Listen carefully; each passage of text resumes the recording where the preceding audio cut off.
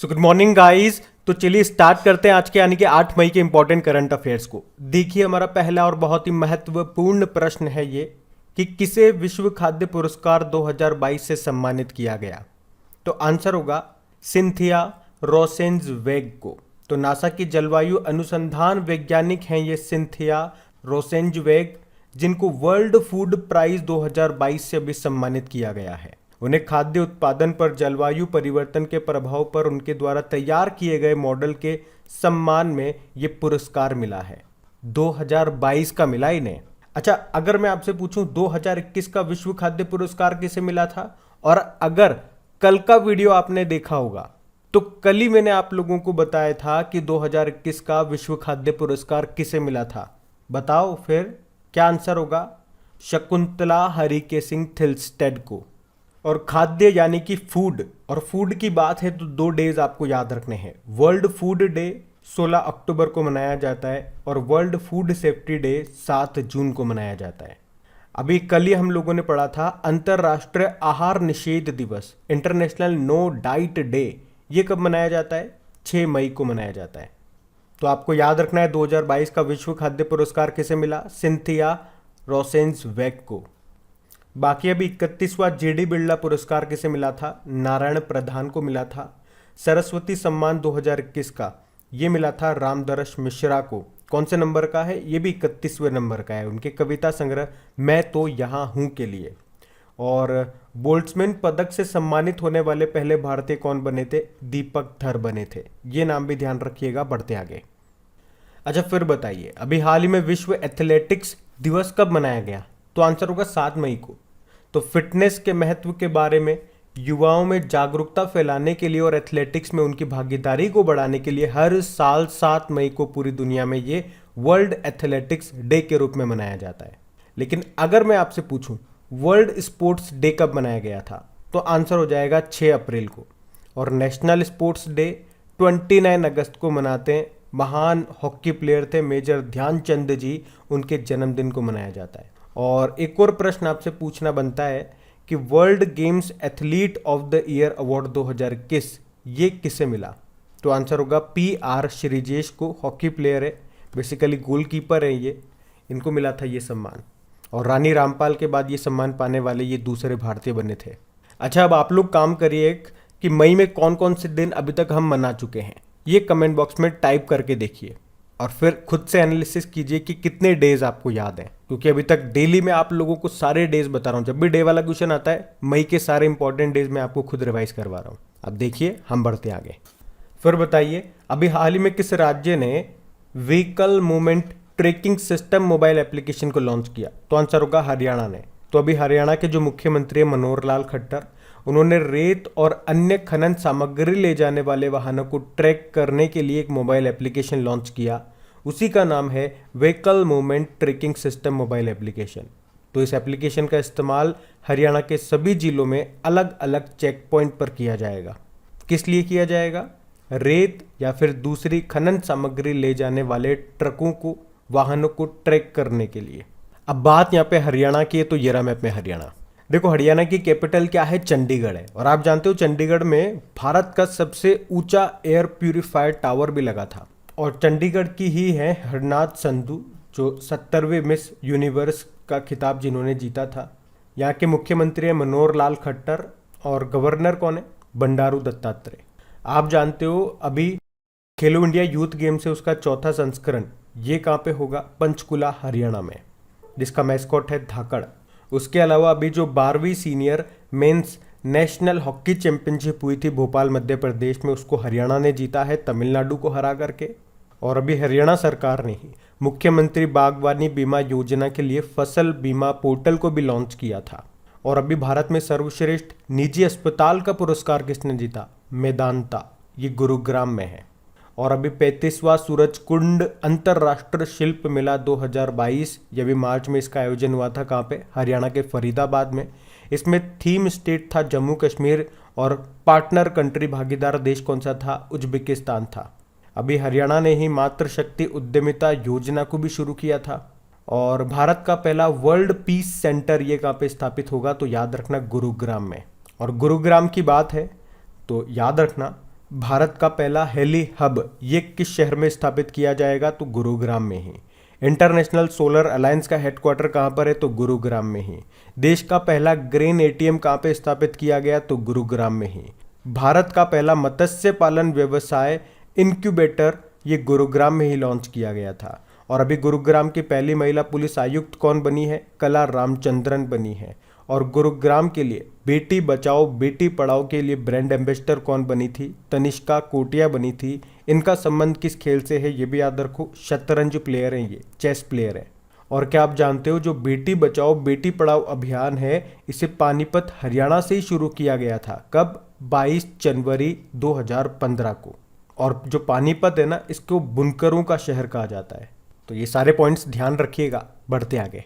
अच्छा बताइए, अभी हाल ही में चर्चा में रही नेथन्ना बीमा योजना का संबंध किस राज्य से है? तो इसका आंसर हो जाएगा तेलंगाना। और नेथन्ना का मतलब होता है बुनकर, तो आप इसे बुनकर बीमा योजना भी कह सकते हो। तो अभी तेलंगाना सरकार ने इस योजना के तहत हथकरघा और बुनकरों के लिए बीमा कवरेज के विस्तार की घोषणा की है। तो अभी राज्य सरकार ने बीमा योजना के तहत बुनकरों के लिए 5 लाख रुपए का बीमा कवरेज बढ़ाने के आदेश जारी किए हैं। तो अब बुनकरों के लिए जो तय किया गया बीमा कवरेज है वो किसानों के बीमा कवरेज के बराबर हो गया है। और बात बुनकरों की चलिए तो 2 योजनाएं मैं आप लोगों से पूछना चाहूँगा। पहली योजना है कारखंडर योजना, ये बुनकरों के लिए ही है। आपको बताना है ये किस राज्य में शुरू की गई थी या यूनियन टेरिटरी में शुरू की गई थी? तो आंसर हो जाएगा जम्मू कश्मीर में। और एक और है बुनकरों के लिए नेकरा सम्मान योजना, ये चलाई गई थी कर्नाटक में। अच्छा, राष्ट्रीय हथकरघा दिवस कब मनाया जाता है? नेशनल हैंडलूम डे 7 अगस्त आंसर होगा। लेकिन यहाँ तो बात तेलंगाना की है, तो ये रहा मैं अपने तेलंगाना। देखो, तेलंगाना की कैपिटल क्या है? हैदराबाद है। और हैदराबाद किस नदी के किनारे स्थित है? तो मूसी नदी के किनारे। और हैदराबाद से अभी आपको याद आएगा, एक तो हैदराबाद और एक मुंबई, इन दोनों को 2021 के लिए tree city of the world के रूप में चुना गया था। जो माइक्रोसॉफ्ट है ये हैदराबाद में भारत का सबसे बड़ा डेटा सेंटर भी स्थापित करेगा।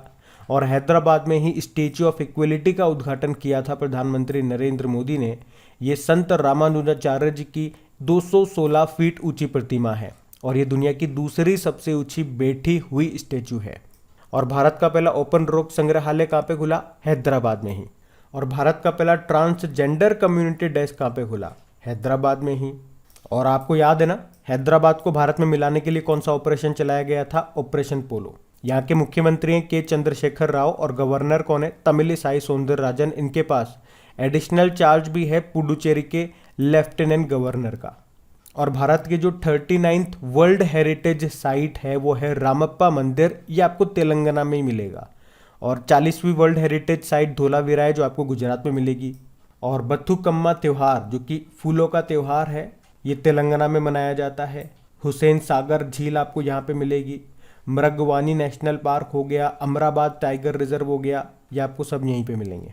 अच्छा, अभी आप लोगों ने पढ़ा भी होगा संसद आदर्श ग्राम योजना के कार्यान्वयन में टॉप पे कौन रहा था? तेलंगाना। उसके अलावा फसल विविधीकरण सूचकांक क्रॉप डाइवर्सिफिकेशन इंडेक्स को लागू करने वाला पहला राज्य भी आपका तेलंगाना ही है। और मेदाराम जतारा महोत्सव 2022 इसका आयोजन भी कहाँ पे हुआ था? तेलंगाना में। याद रखना ये कुंभ मेले के बाद भारत का दूसरा सबसे बड़ा मेला है। तो ये सारे पॉइंट ध्यान रखिएगा। बढ़ते आगे। अच्छा बताइए, मई 2022 में किसे निर्मला देश पांडे स्मृति विश्व शांति पुरस्कार से सम्मानित किया गया? तो आंसर होगा तेज कौल।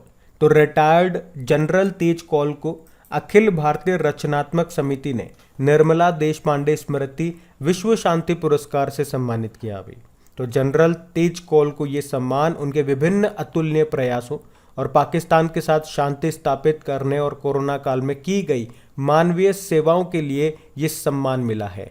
क्या कहते हैं इसको? निर्मला देश पांडे स्मृति विश्व शांति पुरस्कार। किसे मिला? जनरल तेज कौल को।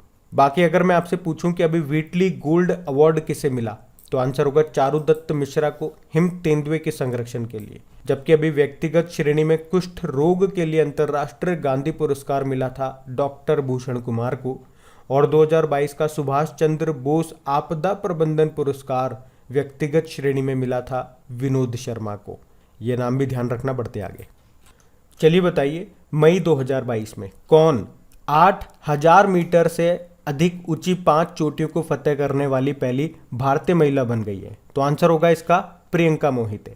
तो महाराष्ट्र के सतारा के रहने वाली हैं ये प्रियंका मोहिते, और अभी इन्होंने इतिहास रच दिया। कैसे? ये 8000 मीटर से ज़्यादा जो ऊंची 5 चोटियां हैं उनको फतेह करने वाली पहली भारतीय बन गई हैं। क्या नाम है? प्रियंका मोहिते। और प्रियंका मोहिते के बारे में आपने ज़रूर पढ़ा होगा।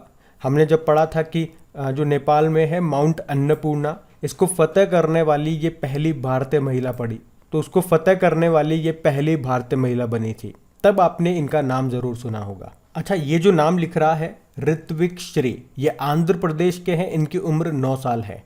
और अभी माउंट किलिमंजारो जो कि अफ्रीका की सबसे ऊंची चोटी है, इसको फतेह करने वाली ये एशिया की सबसे कम उम्र की लड़की है। अच्छा, ये जो नाम लिख रहा है ऋत्विक श्री, ये आंध्र प्रदेश की हैं, 9 साल इनकी उम्र है। और अभी ये माउंट किलिमंजारो जो कि अफ्रीका की सबसे ऊंची पर्वत चोटी है, इसको फतेह करने वाली एशिया की सबसे कम उम्र की लड़की बनी थी। और फिर इनके बाद हमने विराट चंद्रा का नाम सुना था, ये भी हैदराबाद से हैं, इनकी उम्र 7 साल है। और फिर ये माउंट किलिमंजारो को फतेह करने वाले सबसे युवा बन गए थे।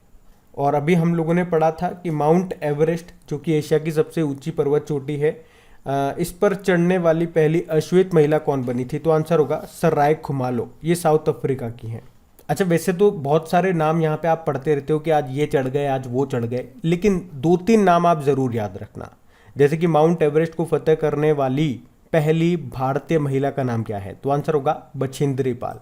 लेकिन अगर आपसे पूछा जाए कि माउंट एवरेस्ट को फतेह करने वाली पहली दिव्यांग भारतीय महिला का नाम क्या है, तो फिर आंसर होगा अरुणिमा सिन्हा। और किस महाद्वीप की सबसे ऊंची चोटी कौन सी है, ये भी आपको पता होना चाहिए। और अगर डेली आप हमारे करंट अफेयर्स का रिवीजन वाला वीडियो देखते होंगे, तो जो स्टैटिक क्वेश्चन वहाँ पे आपको कराए जाते हैं, वहाँ मैंने आपको कई बार ये चीज़ें रिपीट की है। तो अभी आपकी नॉलेज चेक कर लेते हैं। चलो बताओ, अफ्रीका की सबसे ऊंची पर्वत चोटी कौन सी है? तो आंसर होगा माउंट किलिमंजारो। किस देश में है ये? तंजानिया में। उत्तरी अमेरिका की है माउंट डेनाली, या उसे माउंट मैकनेली भी बोलते हैं, या अलास्का में है। और दक्षिणी अमेरिका की है माउंट एकांगुआ, ये आपको मिलेगी अर्जेंटीना में, जो एंडीज पर्वतमाला है उसी में ये स्थित है। और माउंट एकांगुआ से आपको कुछ याद आ रहा होगा, काम्या कार्तिकेयन का नाम, ये 12 साल के भारतीय हैं, सबसे युवा पर्वतारोही बने थे इस पे चढ़ाई करने वाले। जबकि अंटार्कटिका की हम लोग बात करें तो उसकी सबसे ऊंची पर्वत चोटी है माउंट विंसन मैसिव। और ऑस्ट्रेलिया की माउंट कोजियस्को, एशिया की माउंट एवरेस्ट हो गई, और यूरोप की है माउंट एल्ब्रुस। चलो बताओ, माउंट एवरेस्ट डे कब मनाया जाता है? 29 मई को मनाया जाता है। और 29 मई को ही क्यों मनाते हैं? तो 29 मई 1953 को न्यूजीलैंड के एडमंड हिलेरी और उनके जो शेरपा थे तेंजिंग नोरगे, उन्होंने सबसे पहले यहाँ पे चढ़ाई की थी। वैसे माउंट एवरेस्ट की हाइट कितनी है? 8848.86 मीटर है। तो ये कुछ एक्स्ट्रा फैक्ट्स मैंने आपको बताए, इनको ध्यान रखना बढ़ते आगे। चलिए बताइए, मई 2022 में T20 क्रिकेट में सबसे अधिक अर्धशतक लगाने वाले विश्व के पहले बल्लेबाज कौन बन गए? तो आंसर होगा डेविड वार्नर। डेविड वार्नर ये ऑस्ट्रेलिया के खिलाड़ी हैं, और ये 89 अर्धशतक लगा चुके हैं T20 क्रिकेट में, और ये अपने आप में एक रिकॉर्ड है। अच्छा, ऑस्ट्रेलिया के एक और प्लेयर थे जिनका भी निधन हो गया, उनका क्या नाम था? Shane Warne. और उनकी जो ऑटोबायोग्राफी है उसका क्या नाम है? No spin. आपको याद होगा आईपीएल जब शुरू हुए थे, सन 2008 की बात है, जो उसका पहला सीजन जीता था किसने? राजस्थान रॉयल ने। तो उसके उस वक्त कप्तान यही थे, शेन वॉर्न। अच्छा, अभी आपको याद होगा विजडन ने 5 खिलाड़ियों को वर्ष 2022 के लिए क्रिकेटर ऑफ द ईयर चुना था। इन 5 में से 2 भारतीय थे। उन भारतीयों के नाम बता दो आप। तो आंसर क्या होगा? जसप्रीत बुमराह और रोहित शर्मा। और एक महिला भी थी उन 5 में, उस महिला का नाम क्या है? Dan Vaughan. ये महिला खिलाड़ी है कहाँ की? साउथ अफ्रीका की। और आपको याद आएगा T20 में 10,000 रन बनाने वाले दूसरे भारतीय बने थे अभी, कौन? रोहित शर्मा। पहले कौन है? विराट कोहली हैं। और एक शकीबुल गनी का नाम आपको याद होगा, ये बिहार के हैं, और अभी रणजी में डेब्यू में 3रा शतक लगाने वाले पहले क्रिकेटर बने थे ये। बाकी ICC women's cricketer of the year किसे चुना गया था? स्मृति मंधाना को। रचेल हेहो फ्लिंट अवार्ड मिला इन्हें। और ICC men's cricketer of the year चुना गया था पाकिस्तान के शाहीन अफरीदी को। सर गारफील्ड सोबर्स ट्रॉफी भी मिली है इनको। तो ये पॉइंट्स भी ध्यान रखना, बढ़ते आगे। अच्छा बताइए, अभी हाल ही में भारत के रजिस्ट्रार जनरल के द्वारा जारी सांख्यिकी पर वार्षिक रिपोर्ट के अनुसार देश में सबसे ज्यादा लिंगानुपात सेक्स रेशो ये कहाँ पे दर्ज किया गया? तो आंसर होगा लद्दाख। देखो, अगर आपको याद हो तो 2011 की जनगणना के अनुसार जो लिंगानुपात है, जो सेक्स रेशो है, वो सबसे ज्यादा था केरल का और सबसे कम था हरियाणा का। लिंगानुपात यानी कि सेक्स रेशो मतलब 1000 पुरुषों पर कितनी महिलाएं हैं। तो सेक्स रेशो ज्यादा मतलब महिलाएं ज्यादा है पुरुषों की तुलना में। और अभी जो ये 2020 के आंकड़े आए हैं, डेटा आया है, उसमें बताया गया कि भारत में अब सबसे ज्यादा सेक्स रेशो है लद्दाख का। कितना है? 1104 है। 1104 मतलब क्या समझे आप? 1000 पुरुषों पर कितनी महिलाएं हैं? 1104 महिलाएं हैं। उसके बाद दूसरे नंबर पे है अरुणाचल प्रदेश, यहाँ का सेक्स रेशो है 1011। और जो अभी तक केरल पहले स्थान पे बना हुआ था, अब केरल का सेक्स रेशो घट चुका है। वहाँ का कितना हो गया? 969, यानी कि 1000 पुरुषों पर जो महिलाएं हैं वो कितनी है? 969 है। और सबसे कम किसका हो गया? मणिपुर का हो गया है, 880 हो गया यहाँ का, यानी कि 1000 पुरुषों पर 880 महिलाएं हैं। अब देखो, बात लद्दाख की है तो ये रहा मैप में लद्दाख। इसके पहले लेफ्टिनेंट गवर्नर कौन है? राधाकृष्ण माथुर है। इसकी विंटर कैपिटल है कारगिल और समर कैपिटल है लेह। अभी जो नवीं राष्ट्र महिला आइस हॉकी चैंपियनशिप हुई थी हिमाचल प्रदेश में, उसको लद्दाख ने ही जीता था। और अभी लद्दाख का पहला एफएम रेडियो स्टेशन भी लॉन्च किया गया लेह में। और आपको याद होगा, विश्व की सबसे ऊंची सड़क ये लद्दाख में उमलिंग ला दर्रा है, वहीं पे बनाई थी बॉर्डर रोड ऑर्गेनाइजेशन ने। अच्छा, अभी लद्दाख का राजकीय पशु कौन सा बन गया है? हिम तेंदुआ, स्नो लेपर्ड बन गया। और राजकीय पक्षी काले गर्दन वाली क्रेन बन गई है। और देश का पहला हिमालयन फिल्म फेस्टिवल 2021 का आयोजन भी किया था लद्दाख में ही। और लद्दाख विश्वविद्यालय का नाम सिंधु नदी के नाम पे रखा जाएगा। और ये पहली बार होगा जब किसी यूनिवर्सिटी का नाम नदी के नाम पे होगा। और अभी भारतीय वायुसेना ने लद्दाख में दुनिया का सबसे ऊंचा mobile air traffic control tower का भी निर्माण किया। अच्छा, वैसे भारत का सबसे बड़ा नेशनल पार्क ये आपको लद्दाख में मिलेगा, हेमिस नेशनल पार्क। और वैसे भारत का सबसे छोटा नेशनल पार्क ये आपको मिलेगा अंडमान निकोबार में, जिसको कहते हैं साउथ बटन नेशनल पार्क। तो ये कुछ पॉइंट्स याद रखना। बढ़ते हैं आगे। अच्छा बताइए, अभी हाल ही में इंडियन एयरफोर्स के महानिदेशक यानी कि डायरेक्टर जनरल के रूप में अभी किसे नियुक्त किया गया? तो आंसर होगा संजीव कपूर को। तो अभी एयर मार्शल संजीव कपूर को इंडियन एयरफोर्स ने निरीक्षण और सुरक्षा विभाग के महानिदेशक के रूप में नियुक्त किया है। नाम याद रखना। अगर आपसे पूछा जाए अभी नए थल सेना उपाध्यक्ष आर्मी वाइस चीफ कौन बने? बीएस राजू। और जब भी बीएस राजू के बारे में आपको बताता हूं, इन्हीं से मिलता जुलता नाम है डॉक्टर एस राजू, वो भी मैं आपको बताता हूं।